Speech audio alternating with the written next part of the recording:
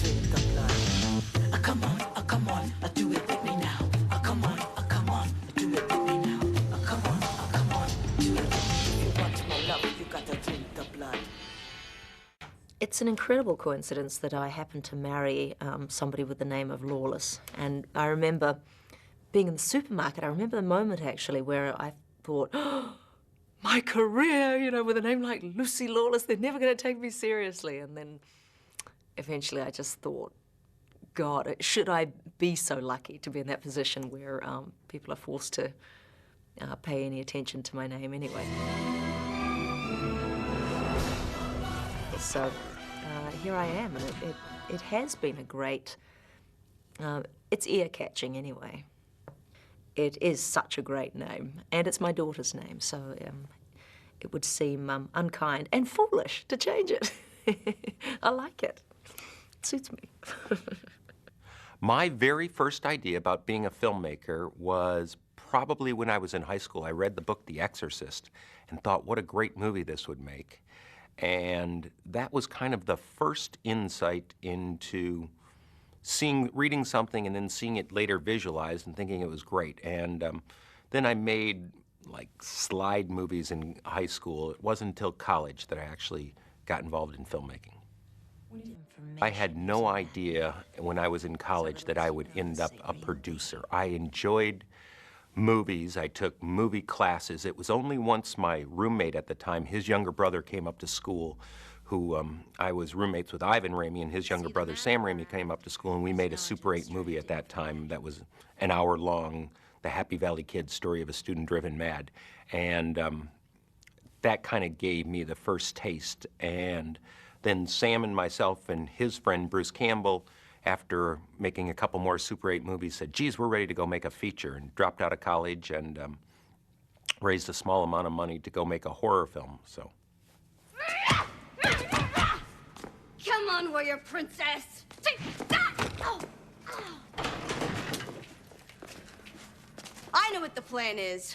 You're trying to drive me insane! I had been working on some television movies. Actually, I had just finished a couple period pieces. One was a television movie for the Hallmark Hall of Fame. And then I worked on another period piece, which was funny, the Walt Disney film, Huckleberry Finn. So I guess I was used to not being a part of the sort of modern world, which helped then going into Gabrielle as well.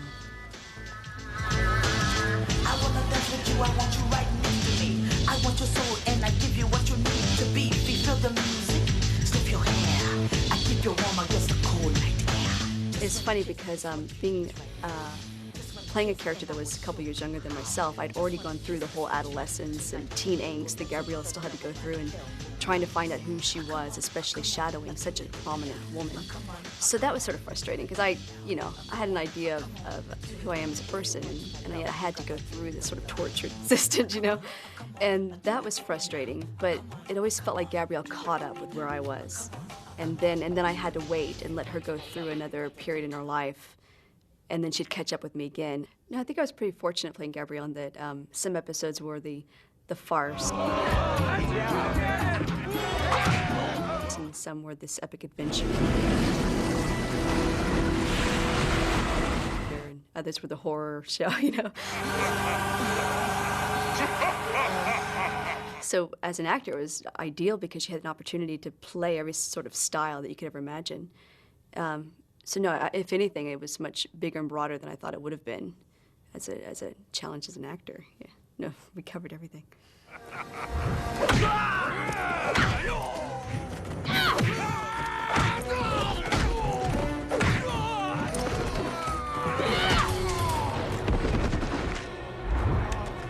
Oh yeah, I loved all the fight scenes. Literally, I could fight all day.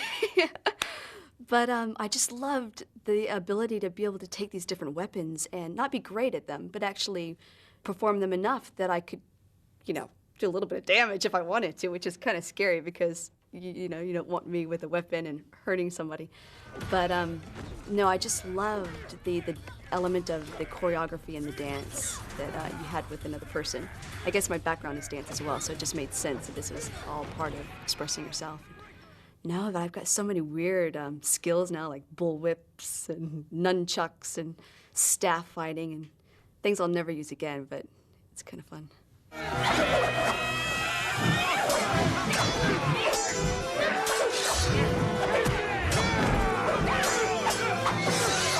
You know, I was never particularly athletic or never good at sports. Still not too, I'm better because Xena kind of smashed me into shape, but I'm not interested. I don't want to do martial arts classes. I don't want to do any of that stuff. So it was a shock to me every day when they'd go, Lucy, your fight's up. And I'd go, you're kidding. Haven't we done with the fights yet? You know, can't you just cut them together or something? I think it was a survival mechanism in me that I would just, immediately the fight was over, I would forget about it. And every time they'd tell me my fight was up, I would just go and do it and try to get it over with as quickly as possible. Be as good as you can, because then the pain will be over sooner. But people always think I'm really into that stuff, and I'm totally bewildered by it. Zero interest.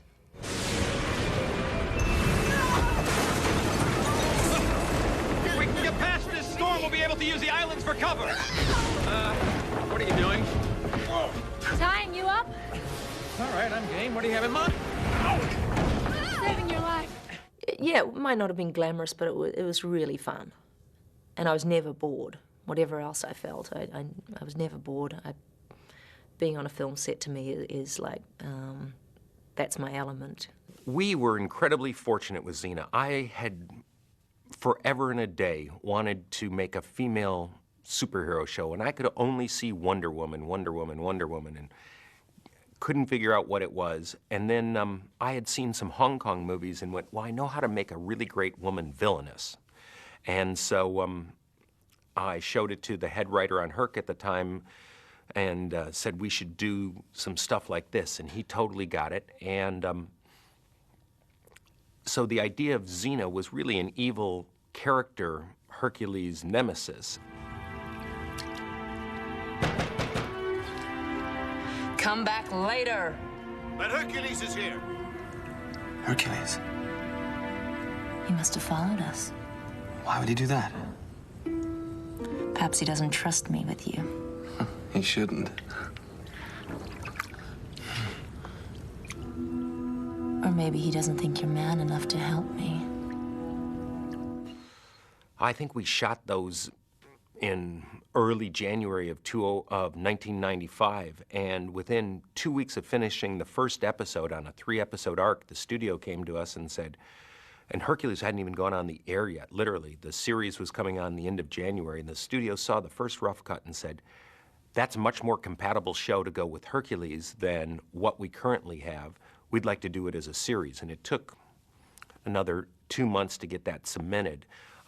At that time, my partner Sam had just been involved in The Quick and the Dead, which was Sharon Stone as a gunfighter, and certainly there hadn't been any successful female action shows or action movies that had worked. So there was, Sam worked very hard on the original first episode of Xena, came up with ideas about the father and the family and those kind of things, but was never, I don't think, as sold initially on the idea that it could be like Hercules. And it took a year and an entirely different crowd to come and see Xena than was watching Hercules. My name's Xena. That's Xena with a capital Z. Everything came together. The person the studio had asked us to cast as Xena and Hercules fell out. Lucy fell in. It never would have worked with anybody else, or it would have been very difficult with anyone else in the lead to pull that off. And to have the dedication and the hours of work over 6 years,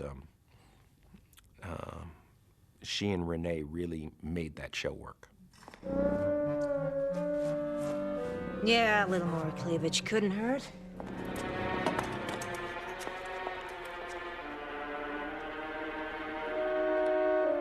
Get out of my way. Over my dead body. That can be arranged. Lucy ended up as Xena through a whole series of, by default. At that time, Universal Television was making a series called Weird Science with the star Vanessa Angel. And they happened to have a hiatus during January and early February. And one of our executives said, could you please use Vanessa Angel, because she's very promotable and a fine actress in her own right, in Hercules as this evil warrior woman. And we went, sure, very attractive woman. She had actually come in to audition for us on one of the early Herc movies, and sent Vanessa off to horseback riding school, sent her off to martial arts school, and although she's a great actress and a great comedian, we kept getting reports back from the horse wrangler and from the martial arts trainer going, geez, guys, you could be in trouble with this. You're going to really have to double her. And we said, fine, we've doubled people all the time. And then December 29th, I got a call from her manager saying, Vanessa's trapped in London, she's sick as a dog, she can't fly, and she's gonna have to pull out of that part. And we went, oh my God, what are we gonna do? It's impossible to cast, and we had to start shooting.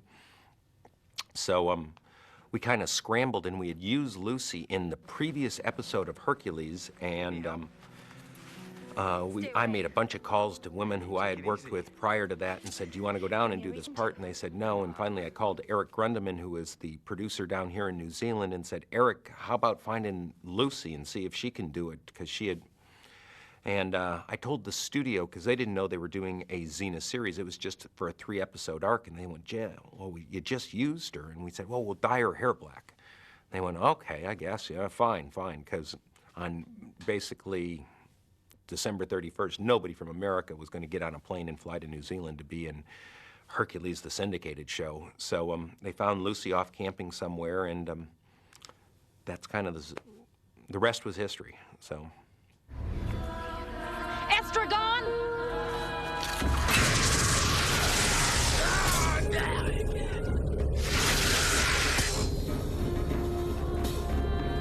Is this what you do to all your warriors, Xena? Only those who don't follow my code. I will always remember the day that I got the part of Xena. It was a 3-episode arc on Hercules, a show that hadn't screened yet. It was still its first season. We were traveling around New Zealand, my husband, my little daughter and I, completely incommunicado. And we were staying like at my sister-in-law's, my sister-in-law's place. And my brother happened to be picking up his mail at my parents' empty house. And he picked up the phone, he answered the phone, and it was the casting agent saying, is this the house of the parents of Lucy Lawless? And my brother said, yeah. Well, where is she? God, I don't know. So they tracked me down through, I don't know what means, to find out where I was. I happened to be in Wanganui at my sister-in-law's place, and they got me.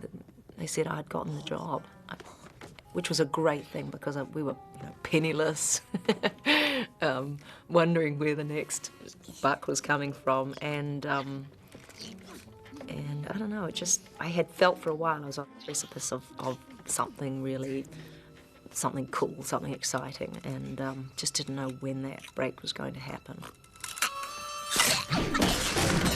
I had been in Los Angeles, I guess, about for 6 years, working pretty steadily in television and some feature films, and had this audition to play a character on the television movie for Hercules. So I went in, had a call back, and then I remember meeting Rob and basically auditioning for him. He's such a wonderful, warm man with a sense of humor, thank God, because I think I ruined all of his camera equipment by bumping into it and knocking it down. So that was my introduction to Rob. And yeah, and then he has this, for some reason, he has this ability to think that I can pull off different types of roles, because he just became this, like, I guess I call him my champion, because he kept giving me these opportunities I had never had before to play different types of characters. Because I'm not really the feisty type of person, and yet he saw that in me. It's really interesting.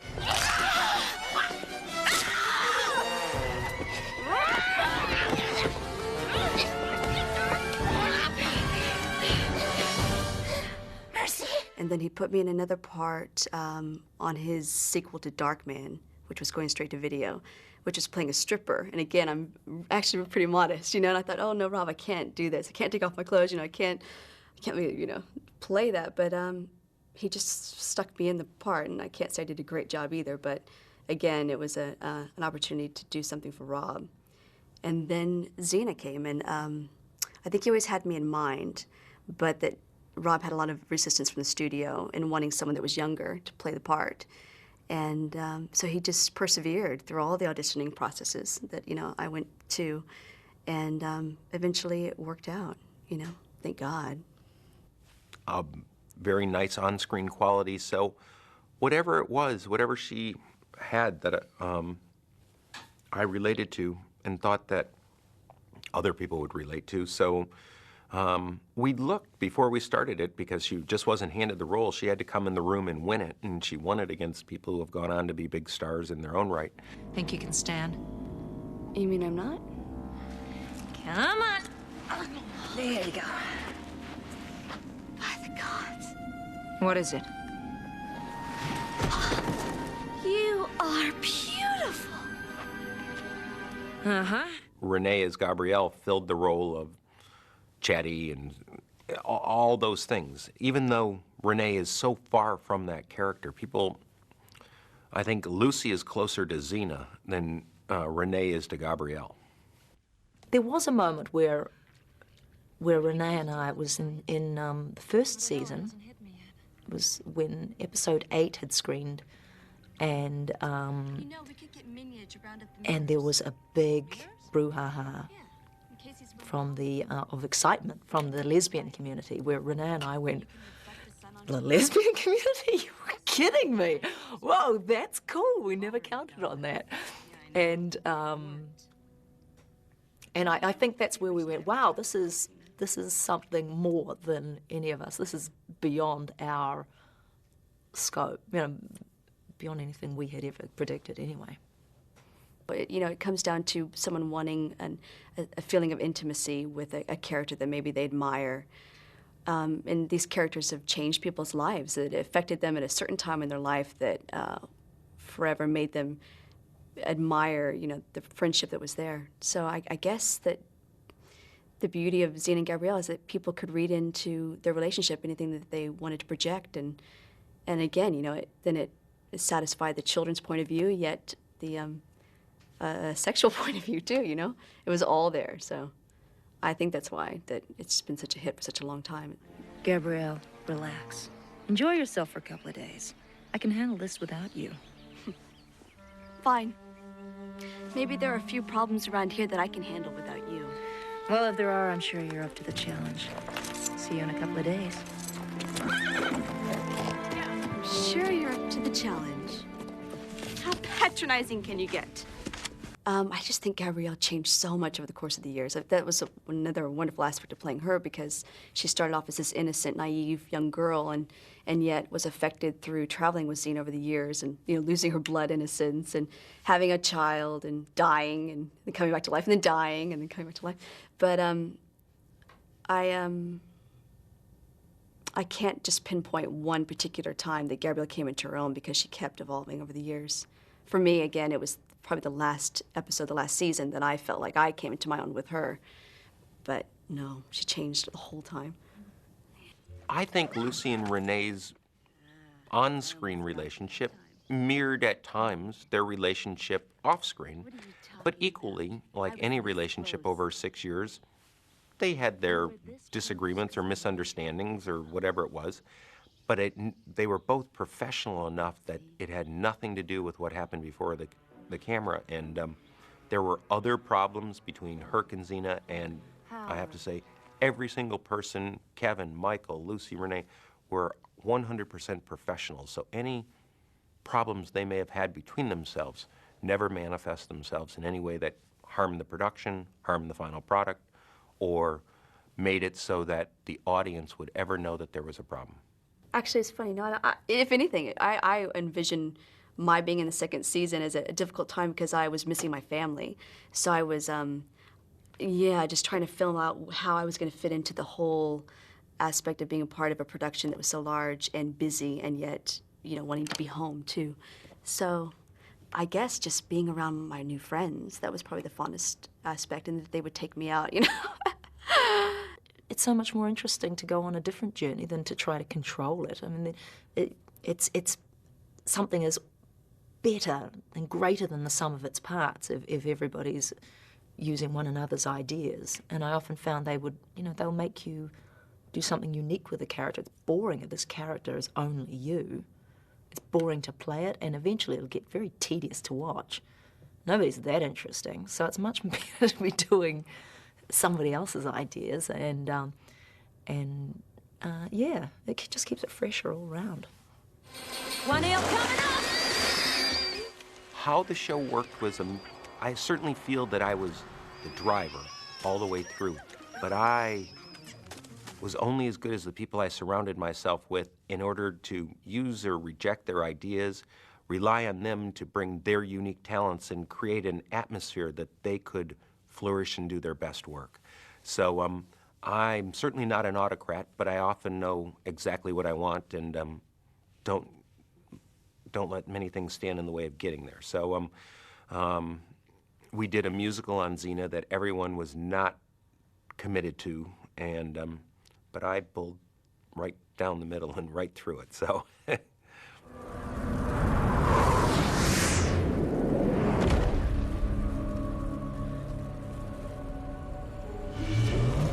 Rob Gillies, I'd have nothing to do with him.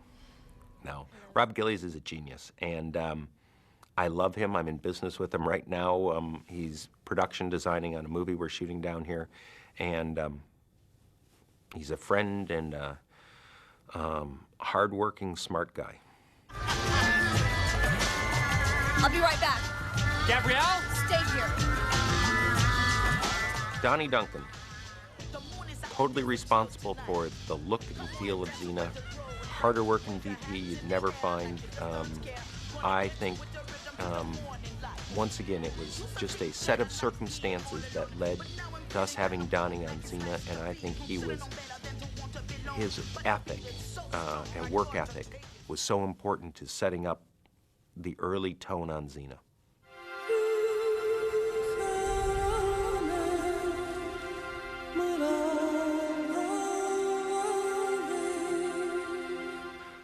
Joe LaDuca, also another person who I would call a musical genius. Joe, Sam and I have worked with now for 25 years. He did the music to Evil Dead going back to 1980, and I think both for Hercules and even more so for Xena, his scores really elevated the whole genre of television music at the time.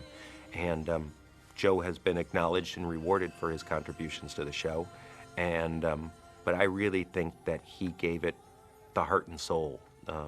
So work with Joe as soon as I can. Nyla Dixon. So Nyla came in, the costume department, the costumings on both shows were brilliant. And everyone involved, because Nyla took over for another woman who I have to say did a wonderful job on Hercules. And then when we started Xena, it was just going to be too much for the other person. And Nyla came in, and the other person went off to do a big movie. But Nyla came in, and I thought her work was absolutely brilliant, and she, everything I needed to know about Nyla, because I learned we were doing this big crazy musical, and I had 50 different costume changes, and there was one I forgot to tell Nyla, like the day before it shot, and already her department were in tears from working 19-hour days, and she was playing mother hen to everybody, and I said, oh, you know what, Nyla, it doesn't really matter. It's okay. You don't have to come up with a costume for that. I'm so sorry I forgot it, and blah, blah. Well, lo and behold, she came up with this wonderful costume for this crazy, sexy tango dance, and it was exactly what it needed. And so she's another person who, besides being blessed with great talent, will go the extra mile.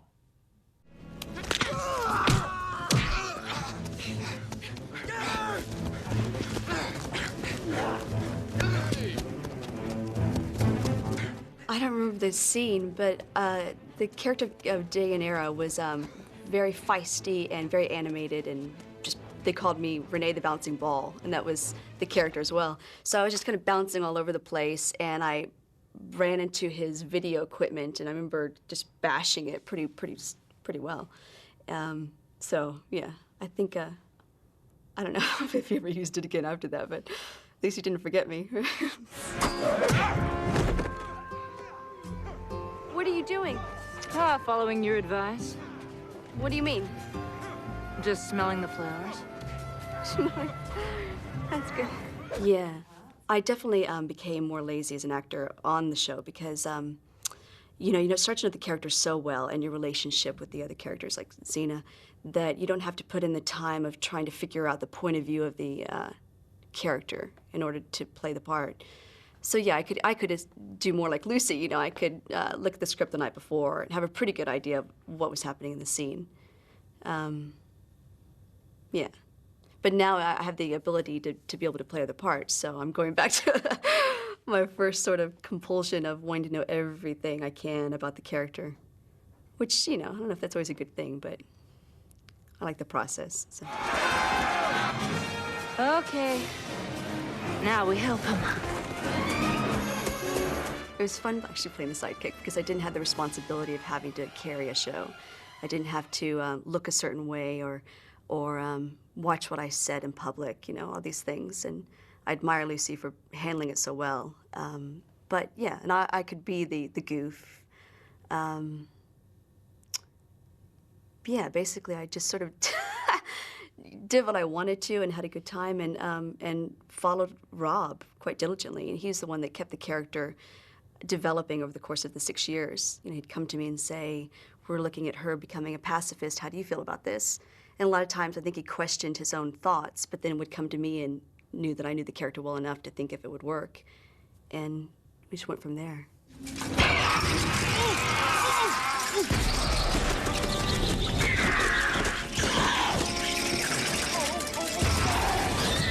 I think that Gabrielle was fascinated by Xena because Xena basically walked into her small town and was the John Wayne that saved the day. And I think she was always looking for a hero that could be brave enough to try to save the world, Little did she know Xena's past, but as she got to know her, she helped her try to redeem the character, really. Yeah, so I think that she just was fascinated by Xena and wanted to be the adventure, part of the adventure that Xena was going to become. Xena, it's pretty obvious how he feels about you. How do you feel about him? You don't sleep as sound as I thought. Yeah, I think we enjoyed letting that ambiguity be there. Sometimes we played on it a little bit, but most of the time I think we just allowed it. I need to know.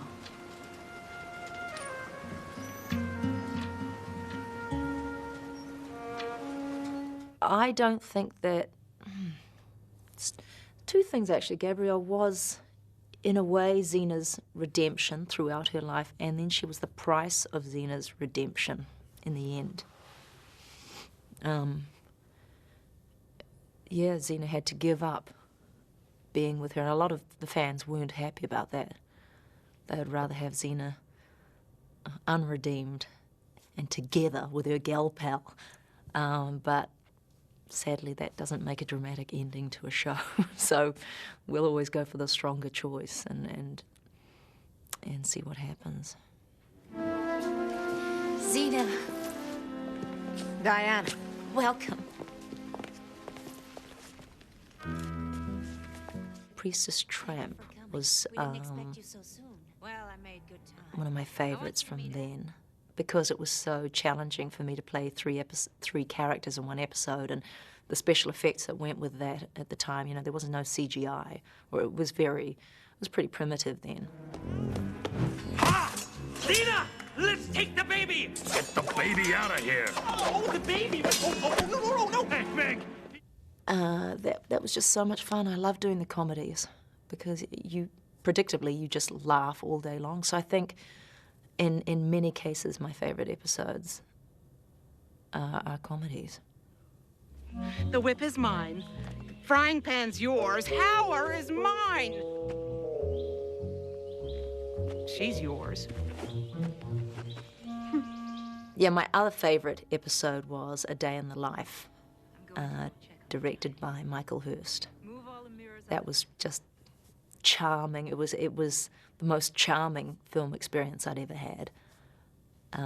Because Michael keeps everything light and wistful and funny and full somehow. I mean, that's Michael's character, and I think that really it really shaped the episode. It's really buoyant. Her courage will change the world. Due to the growth of the internet, we got this fan base. We got a heavy woman fan base who, I don't want to say necessarily gay because it wasn't all gay women. It was people who responded to the relationship between Xena and Gabrielle, not so much because they were good friends. In the same way, as a young guy, I responded to Butch and Sundance. It didn't make me gay.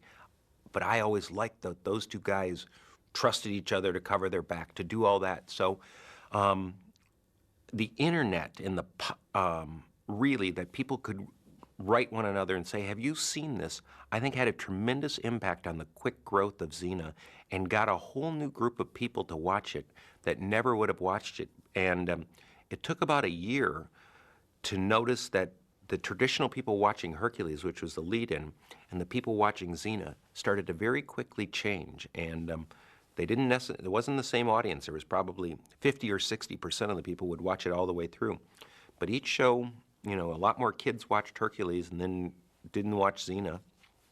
And a lot more adults watched Xena then. So it was kind of unique that audience shift. But I give a lot of that to the growth in the internet.